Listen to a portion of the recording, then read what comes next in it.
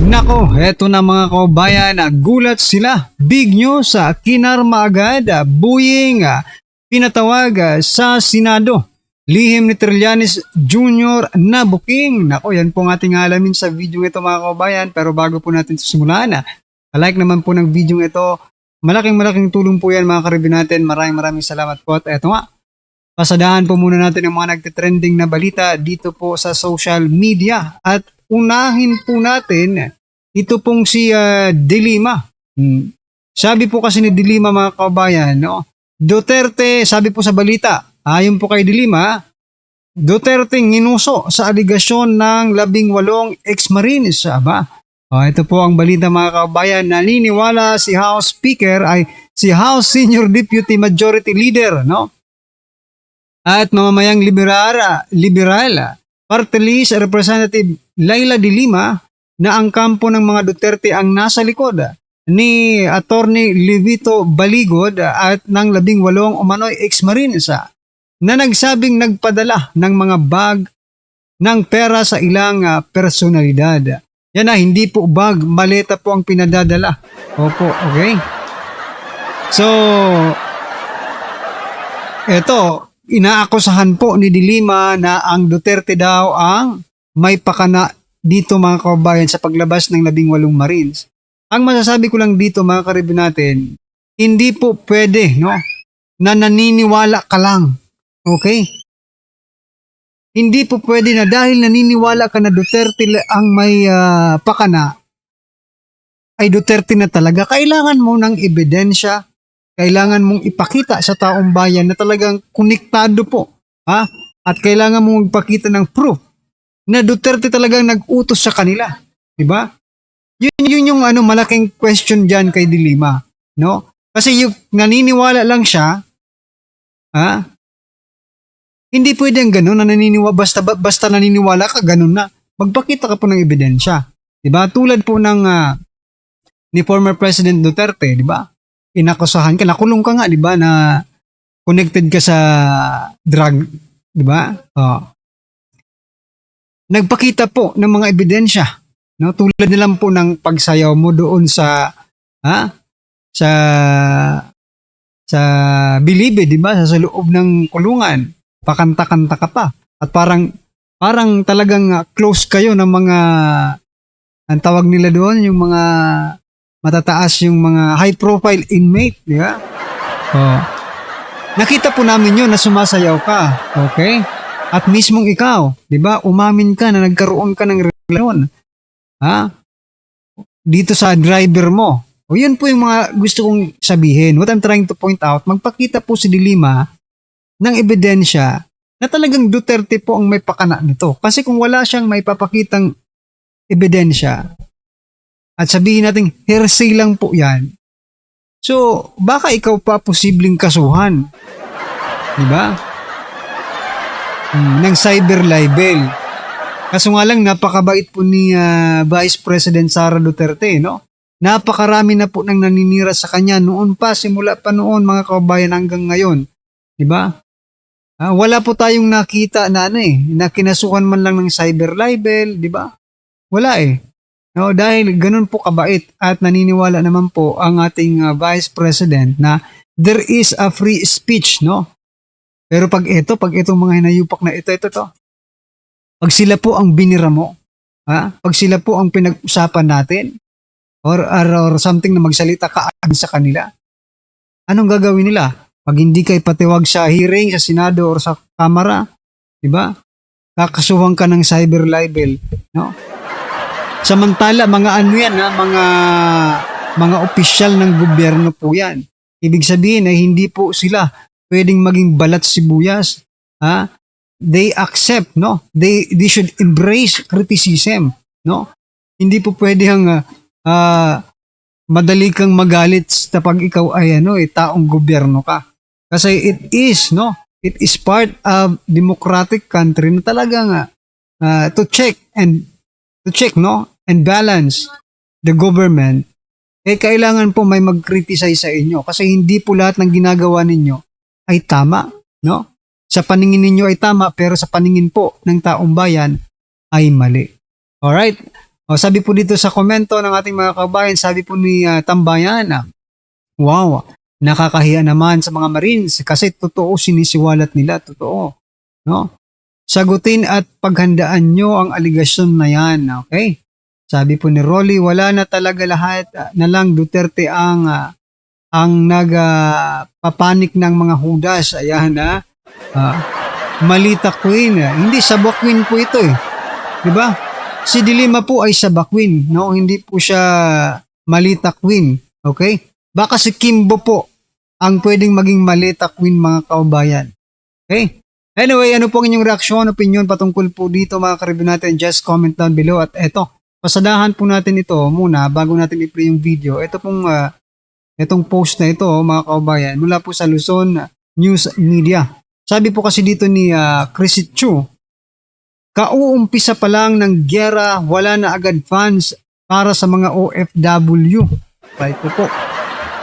Ha? Ang sakit naman pakinggan nito, no? Yung mga OFW natin, doon po umaasa, no? Dahil sa mga remittance po nila, malaki po ang naiaambag niyan sa ating tax eh, di ba? Tapos pagdating ngayon, na sila po ang nangangailangan, wala pong pondo, mga karibyo natin. Bakit kaya? Mapapatanong ka eh, no?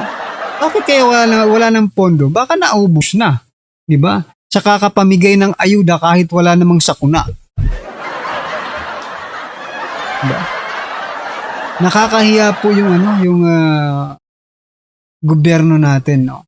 Kasi puro di ba marami nga nagbibigay ng kanilang mga komento, reaction, no, ng mga senador. Sinasabi nila kulang po yung pondo. Sabi ni Gatchalian, 8 billion, no? Ang kulang. Kanina may nabasa po ako eh. Ewan ko lang kung totoo ba 'yon, no? Pero sabi ni Risa Hontiveros, 38 billion daw eh. Ewan ko lang kung ako lang yung nakabasa. Kung nabasa niyo rin yun, just comment down below, no? Sabi po 8 billion, 38 billion. Ba, ang laki naman po. Saan nyo gagamitin yan? Baka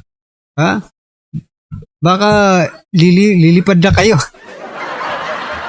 Ibiruin mo, 8 billion po ang kailangan pala para mapauwi yung ating mga kabayan. So, anyway, kung mapupunta talaga sa kanila yan, kahit pa 1 trillion yan, okay lang. Kahit pa pagbayaran natin yan ng habang buhay kung talagang pakikinabangan po ng taong bayan at ng ating mga kababayan na OFW. No? Ang problema nga niyan, ganyang kalaki. No? Maliit man yan o malaki. No? Ang problema nga dyan, hindi naman napupunta lahat sa taong bayan. Napupunta pa sa mga maleta. Di ba? Ay nako, kauumpisa pa lang ng gera. Wala ng pondo ang ating bansa para pauwiin po ang mga OFW.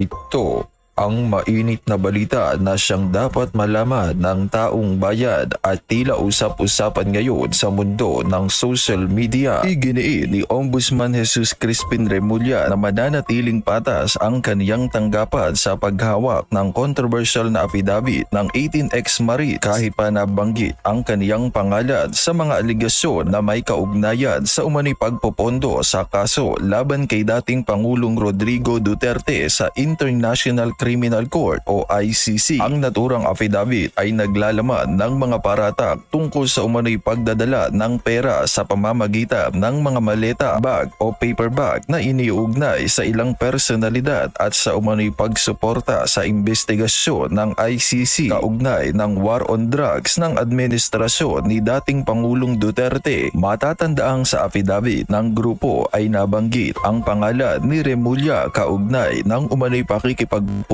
dito sa mga ICC investigators at ang aligasyon na may 2 milyon US dollar na suhol na di umano'y ipinadaan kay dating Senador Antonio Trillanes, isang paratak na mariin namang itinanggi ng dating senador. Sa kabila nito, sinabi ni Remulla na hindi niya hahayaang maapektuhan ng mga aligasyon ang pagiging patas ng kaniyang tanggapan sa paghawak ng issue. Matatandaang nauna ng Patas nga. Patas nga ba talaga yung tanggapan ng ombudsman ngayon? Niloloko mo yata ang taong bayan. Hindi po patas ang ombudsman ngayon, mga kababayan. May pinapaboran po at bias po si Ombudsman Boying Remulla. Inamin ni Remulla na nagkaroon siya ng pagpupulong sa mga ICC investigators noong siya pa ang Secretary of Justice, ngunit nilinaw niyang ang naturang pakikipag-ugnayan ay may kinalaman lamang sa proteksyon ng mga Pilipinong testigo na maaaring tumestigo sa ICC. Ayon sa kanya, ang layunin ng naturang pag-uusap ay tiyakin ang kaligtasan ng mga testigo at hindi upang makialam sa anumang investigasyon. Anong masasabi nyo dito, mga kababayan? At para sa buong detalye ng balita, narito't panoorin natin ang full video. Ito po isang patunay na yung 18K o itong 18 ex-Marines ay nagsasabi ng totoo. Tingnan po natin to. Totoo yun. Sa eksklusibong panayam ng GMA Integrated News, inamin ni Ombudsman Jesus Crispin Remulla, nakapulong nga niya ang 2 kinatawan ng International Criminal Court sa kanyang bahay sa Makati. Kasama raw niya noon si dating Senador Sonny Trillanes Okay. at si MMDA General Manager at dating PNP Chief General Nick Torre. Ayan. Okay. Dito muna ha. Inamin. Totoo. Diba? Na nagkita sila sa bahay ng ICC. Si Boying, si Trillanes, at si Torre.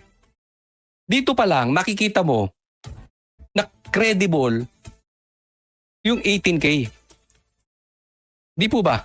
Kasi, halimbawa ako, kayo mga manonood, doon sa mga ordinaryong Pilipino, malalaman nyo ba kung nag-meeting sa bahay mismo ni Boying ang ICC? Kasama si Trillanes at si Torre? Of course not, di ba? Paano nalaman itong 18K? Dahil sila mismo nagdi-deliver. Sila mismo kasama ni Saldico. Kaya alam nila. So ano ibig sabihin nun? Credible sila. Ano yung sinasabi ni Boying? Na hindi ibig sabihin, totoo lahat yung sinasabi ng 18K. Kaya nga, bilang ombudsman, diimbestigahan mo yung the fact na nalaman nilang nag-meeting kayo sa bahay mo, meron silang credibility in a way. Maybe 100%, maybe 50%, we do not know. Pero ikaw mismo napatunayan mo, nagsasabi ng totoo. Di iimbestigahan, huwag mo nang magdesisyon na sila hindi karapat-dapat. Tama po ba? General Nick Torre, nangyari raw ito ilang buwan matapos maaresto si dating Pangulong Rodrigo Duterte. Justice Secretary pa noon si Remulla at hawak ang Witness Protection Program kung saan may ilang testigo ang ICC. Nakipag-usap ako sa Trillanes, pinakilala niya sa akin yung ICC, yung ibang 2 personal na ICC. Kasi nga, meron kami usapan na ang testigo dapat protektahan. Okay. Una,